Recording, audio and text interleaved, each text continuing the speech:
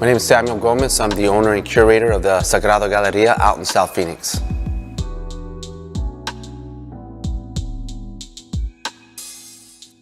I'm a self-taught photographer. I've been doing photography for about 15 to 18 years now. Mainly a lot of street photography. I do a little bit of fashion, some conceptual. My preferred is black and white. I really like black and white. I've been doing that for a while, and I find myself having to go and do street photography like at least every other day. It's just part of my therapy and kind of lets me detach from everything that I'm doing. It grounds me, but I also just love coming back home and checking out what I've captured. And sometimes I don't even realize the images and how, like, the meanings behind them until maybe weeks later, and I look at it and then you just start looking at things a little different as far as like as you just kind of wait and as time passes by. But yeah, I'm a self-taught photographer. I consider myself as a visionary, even though I'm not a painter. I do help out with artists of like, man, I'm trying to paint this or something. They just figure like, Sam has these ideas, what do you think? And so I kind of put out like concepts. So sometimes I like to consider myself as a conceptual enforcer. So I'm a creative. I'm very much like a creative, trying to get into videography, working with the local artist Zarco Guerrero. We're looking to work on a short film. It talks about Phoenix culture, love, and art in a way that it has not been done before. So I'm excited. I figure we'll start off with some short clips, and later on we'll stitch it up and see where it goes from there. Yes, born and raised, proud Phoenician, born in Maricopa County Hospital. I grew up to like 6 years old in the Garfield neighborhood, 9th Street. And then I moved to the west side with my mom. It's always just been me and my mother. And we moved to 35th Avenue in Van Buren. That's where I attended Carl Hayden, an elementary school. And then I moved to Central Phoenix in 1999, just to kind of get away from just things that I wasn't supposed to be in. In the 90s were very struggling and very interesting times for me.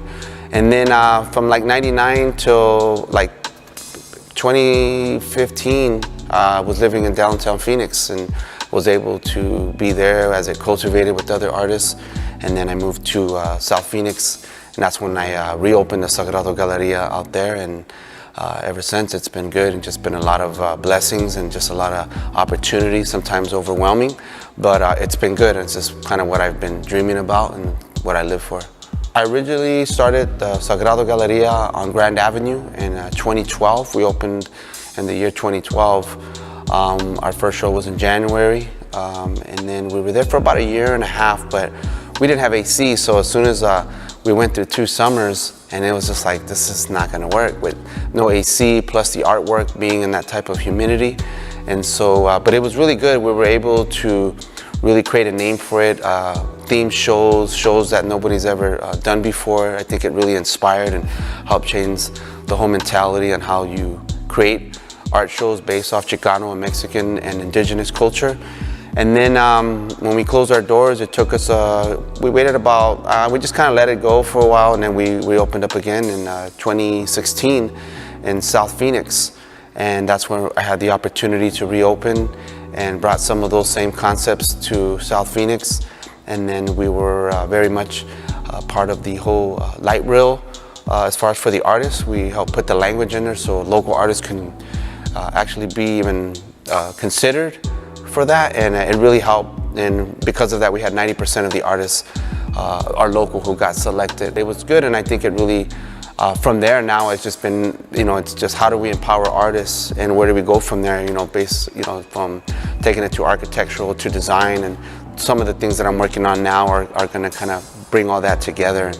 And so I'm just excited. I'm also a student of all this as well as any of these artists that don't know about RFQs, RFPs, and grants and all that. And we're so used to give us a paycheck or give us some cash or what do you need done. But I think it's really going to help empower artists as far as like how we create economic development through cultural identity. And so it's really important to me, and I'm just finding myself in another phase of it, and just committed to it.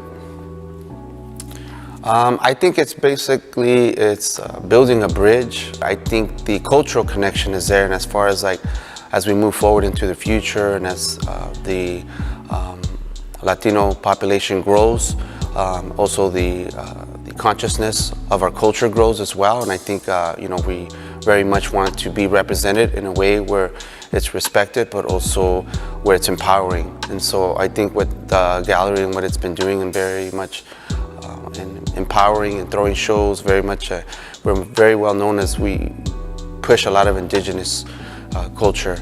And I think with this show coming in October, it just creates that bridge, especially with the artists, creates that connectivity, and I also think would help open up doors for maybe an exhibition with artists here at the Phoenix Art Museum, with some of our well-known veteran artists like Zarco and Martin, and they've been putting so much work and effort and commitment to our culture that, those are my mentors, and those are the people why I do this, but also the generations to come. And it just kind of ties into what Sagrado believes. It's like a mantra: is pasado, presente, futuro, past, present, future, and that it's all one. It's all one. It's all one big bridge. And so I just feel like it's building bridges. I think it's literally building a bridge from one community to another community.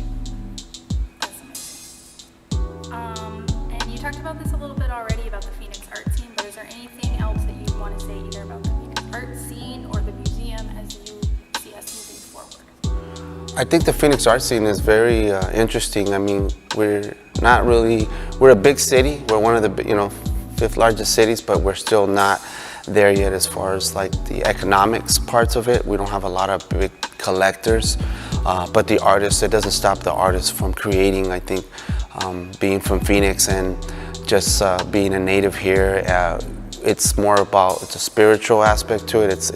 We have to create. It's part of our lifestyle. But I just think it's very interesting, and it's grown very much. Sometimes it has the spurts where it's growing too fast, and it still needs to kind of make sure and ground certain things. But overall, I think it's great. And there's a lot of great artists that came from here. A good friend of ours is El Mac, and he's internationally known, and he grew up right here down the street, right here behind Jack in the Box on 30, and you would never know.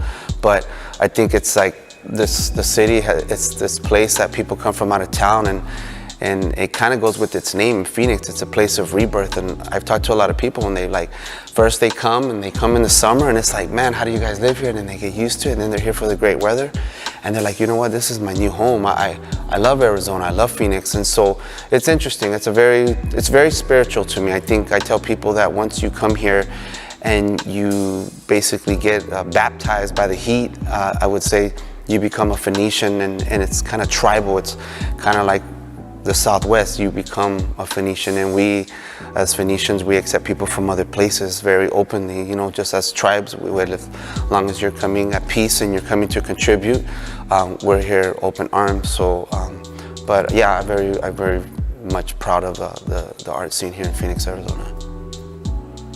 Just come support this show, keep supporting the arts, support your local artists, and be bold, and don't be afraid to show your support and your commitment to the culture here and to the people here who work very hard, to make this place what it is.